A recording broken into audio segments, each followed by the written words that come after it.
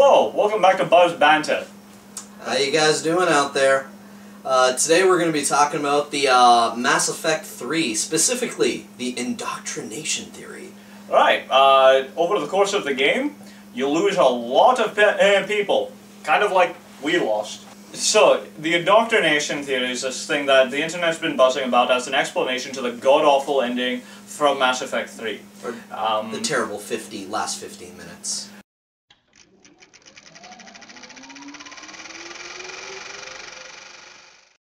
Alright, this is not a review of the game, this is just a discussion of the theory. There are spoilers about the ending of the game, major spoilers, so you've been forewarned, you can't blame us, that's it.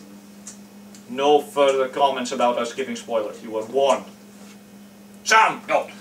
Okay, so essentially the Indoctrination theory, to sum it up, because it is like a 30-minute movie on YouTube, it essentially, as soon as Shepard runs down that, to the beam to try and get up to the Citadel, he gets blasted by Harbinger, and everything after that is supposedly his dream. It's supposedly a dream state where he's being indoctrinated, and everything kind of leads up to that. The evidence to this kind of plays into the endings. The reason being, the only ending he ever survives, or they say he survives, battery low, is the destroy ending, where he destroys it. He doesn't go along with either controlling or combining them, and doesn't let the Reapers live, because those are the two where the Reapers are still around. The ones where they just are vaporized, it would be those ones. And he actually lives during that one, and the reason being is that when he wakes up, he's beaten the Indoctrination, being the only person to ever do so. There's quite a bit of evidence for this in the throughout the game. You see like the build up to it with his various dreams and everything about this child. A lot of people are saying that child itself, himself from the very beginning was just a hallucination that he was having. Yeah, hence why no one noticed it and no one helped the child into the evac shuttle. Exactly, how that child just sort of disappears. Basically, it's a side effect of the gradual indoctrination that Shepard's going through. He's an incredibly strong-willed individual. I mean, you give him chemical sedatives and he just shrugs them off. He's also been in contact with various different Reapers, various different Reaper artifacts, not a continuous thing like with most indoctrinated people where they had a constant contact with it. As was the case in Mass Effect 2 when you actually learned about indoctrination. And indoctrination is different for every individual person. Right. Some people have sort of mixed dreams about memories they both shared, or which never happened. And some have hallucinations. It's different. It's a mind trip that is supposed to affect just you. And this is how it convinces him, and that's why... it's like, for the control and synthesis ending, it's like that's what Shepard wants, and it's giving him what he wants. Which is, you know, controlling the Reapers, realizing the Elusive Man was right. And it kind of plays off like how the control ending's supposed to be the good ending, hence why it's blue. And the destroy ending's bad, and that's why... Essentially, this would be the most ideal thing for Shepard and for the Reapers. And the decision that you make there is essentially... to control the Reapers, they actually control you. You think you're still in control. You saw this at the end of the first game with Saturn. It was a big thing with his character development that he sought to be an independent party and be independent of the Reapers, but he didn't realize that they were actually controlling him. The synthesis ending that they provide essentially is Shepard trying to find the balance point, trying to appease all parties, but that in itself, you cannot appease the Reapers. They have one set goal. And so, in trying to meet them halfway, you've essentially given up. And the Destroy ending's the only one where he actually manages to shrug off Reaper control. The thing is, the Reapers make it out to be this horrific genocidal thing. This will wipe out all synthetics. And Death, ED... Exactly. Every person who has biotics. Yes. Everyone with... Because they all have implants. Yep. Go ahead. Techs and biotics, all of the VIs and everything will be destroyed. It's actually, if you think about it, what you're essentially doing in the Destroy ending is wiping your technology back to the Stone Age. Now, there's various visual cues that you see throughout this. Shepard's gun never runs out of ammunition.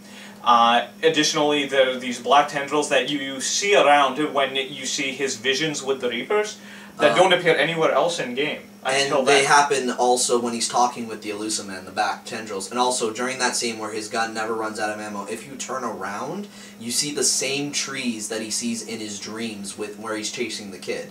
The exact same trees, and you can kind of hear in the background the same voices as well. You hear various voices throughout the thing, and you do see these sort of dark, shadowy things around him as he's going down the Citadel. And there's some stuff that happens on the Citadel that doesn't make any sense.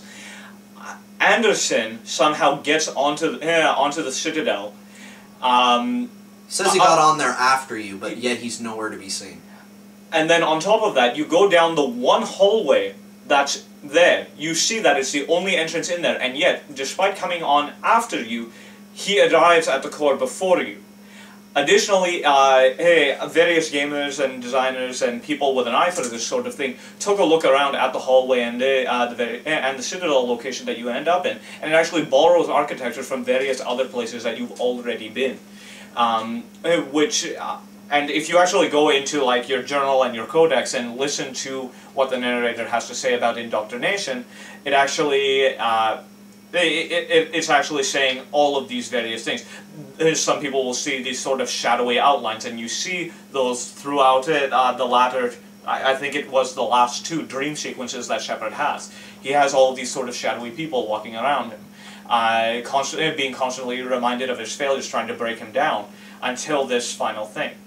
But there's one major issue that I'm having with this theory, and that is Mass Effect 3 was supposed to be the end of Shepard's tale. So if this is true, if this is the indoctrination theory, and the canon ending would be either Shepard does eventually fall to the Reapers, and Mass Effect 4, you're basically trying to resolve the issue now. Or you're a Yogg. Because apparently they said they're going to be the next guys in charge, which makes it a very bleak 50,000 years in the future. Pretty much, but then again, that one was educated by a crime boss. He was still pretty awful.